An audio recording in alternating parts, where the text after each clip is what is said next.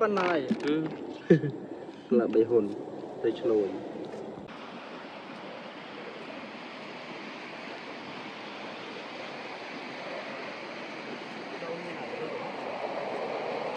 chút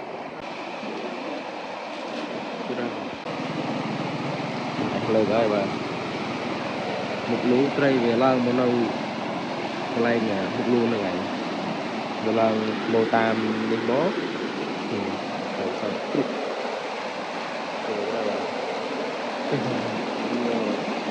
rất là cây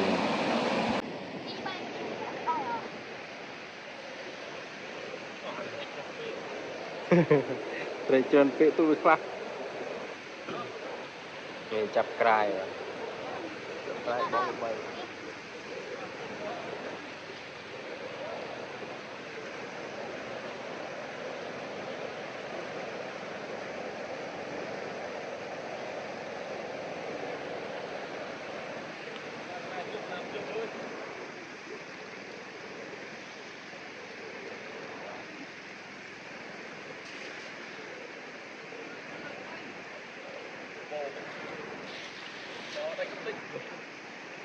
này là có trong này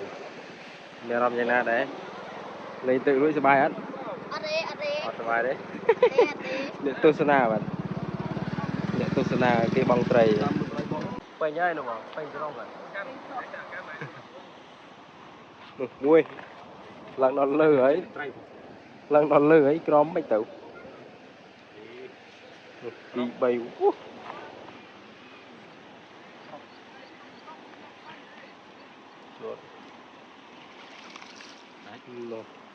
tay chừng lực một cái bàn lồi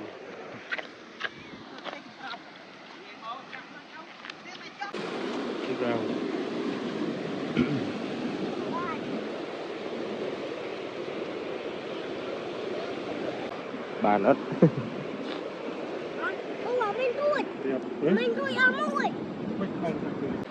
chập xuống ra nhé bạn tiềm đặt cháo lực mốt sẽ ta đừng cua bạn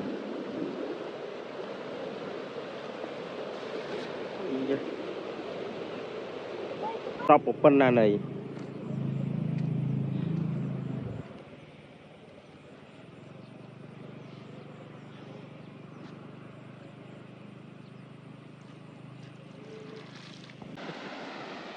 có đại YouTube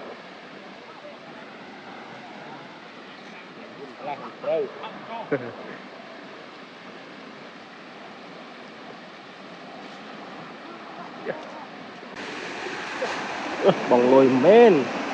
chắc trôn tự áo hai bên rồi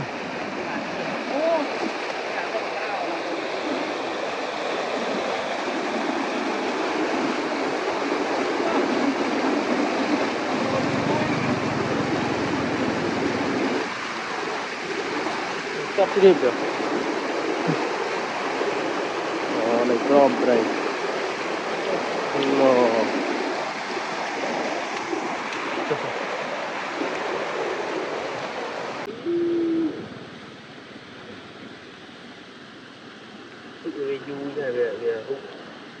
đây là con rối tranh khạc cái phân mà mặt theo à cái rào thôi một về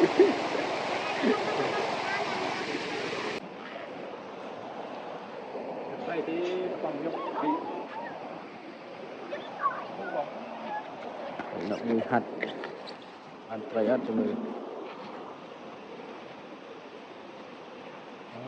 yes.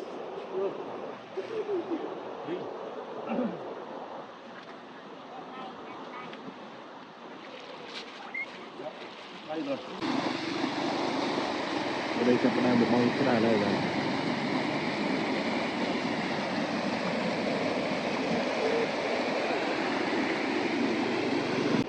Xạ mà đọc 10 hạt vào cái trường Pagolo. 10 hạt trường Pagolo.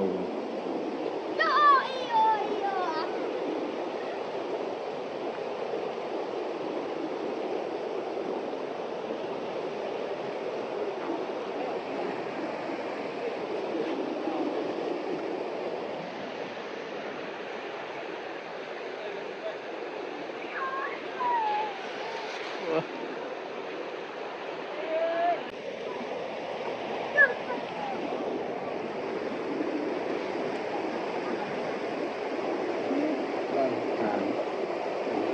đi lôi mùi thiệt đó.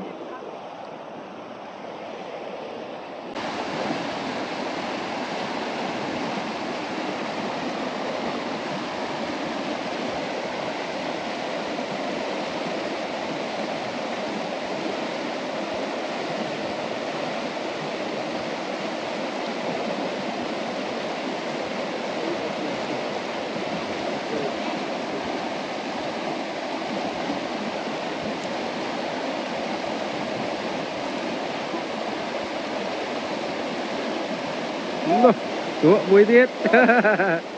chụp tụa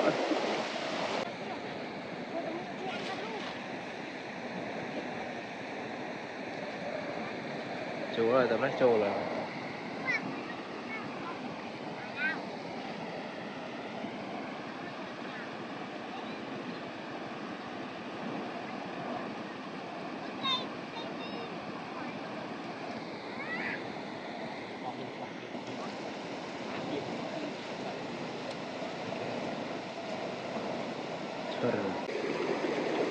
chụp thì mạnh vui mà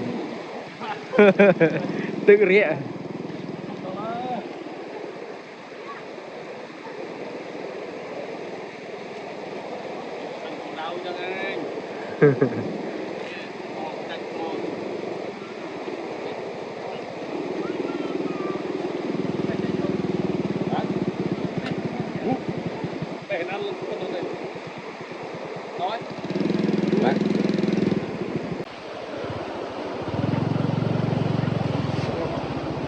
mạnh gần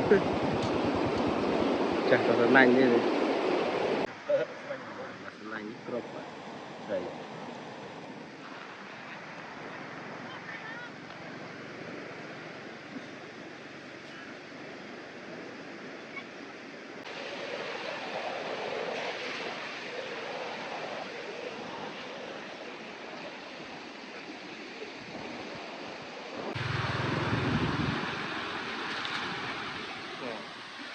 con che trôi trời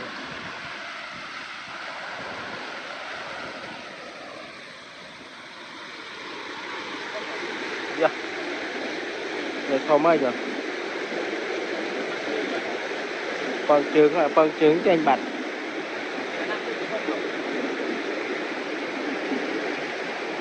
trôi trời không nuôi và thành lưng nơi được gọt đi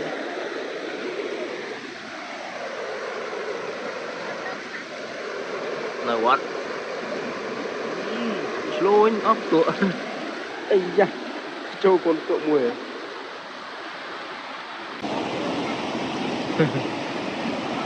đã uống đã đâu bố ấy đấy lô đây nè rồi đã ở cái rào em lô đấy đây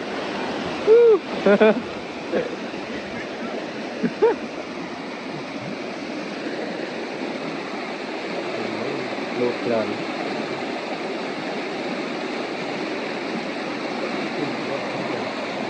mặt trên đây con cũng êm đúng rồi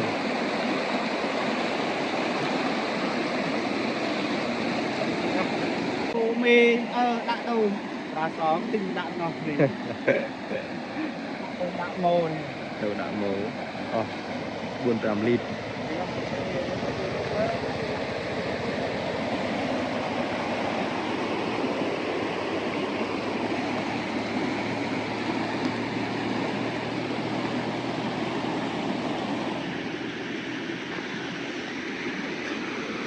đã kia luôn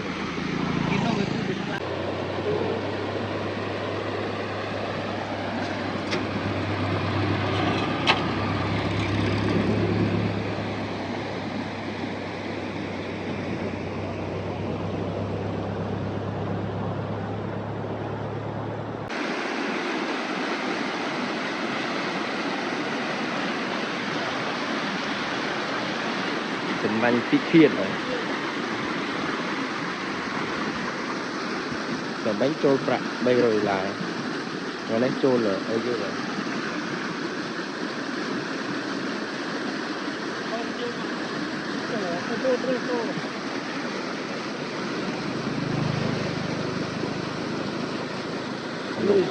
tôi tự cật trọp bạn ngon đậm mà đó các bạnจะลามมาหุ่น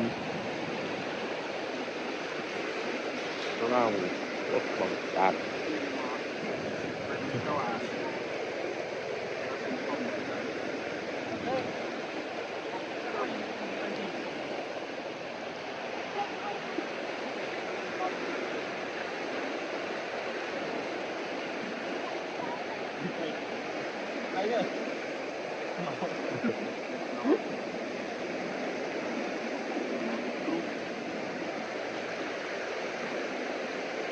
mùi đi bay buôn pram không ta à mùiมันพอมวยบอกเงินจับดำได้và đồ lót rào hú lột bánh đó nghe bà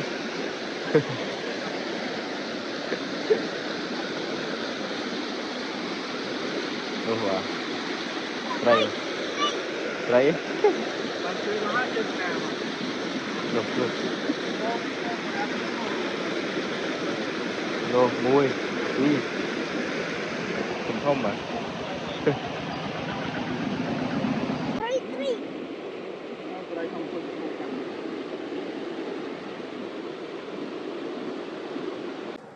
đây cái top đây luôn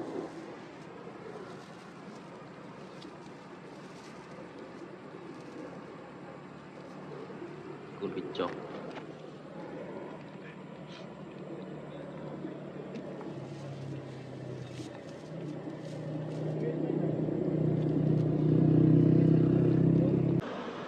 đây đây chấm rong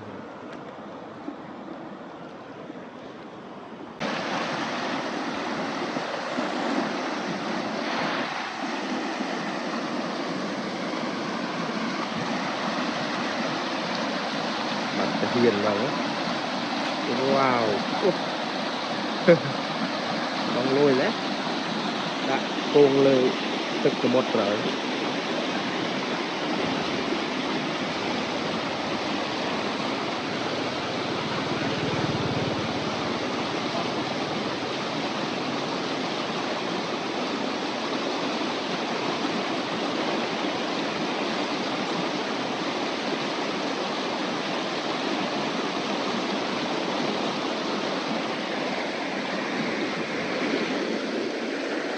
rất là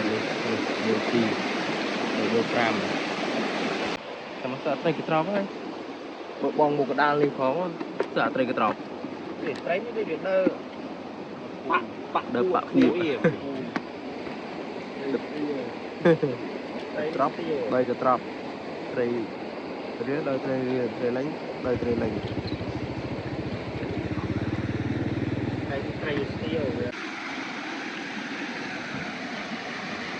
wow rào trâu lại này đã trâu nó nổ ruột ruột là quanh nha quanh này mà rồi mưa còn lại crom đang đi nó tay crom vậy đột tranh tiếp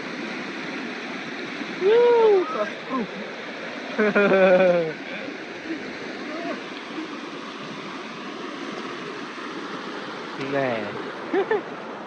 ông trâu tay dưới mình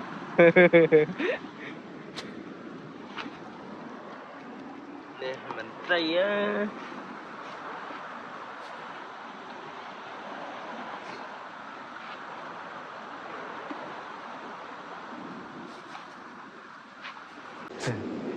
nó bóng trâu tray chlôn mùi bạn mình vô tàu ấy phanh cái thắng vô tàu tiền một đòn tích chừng buồn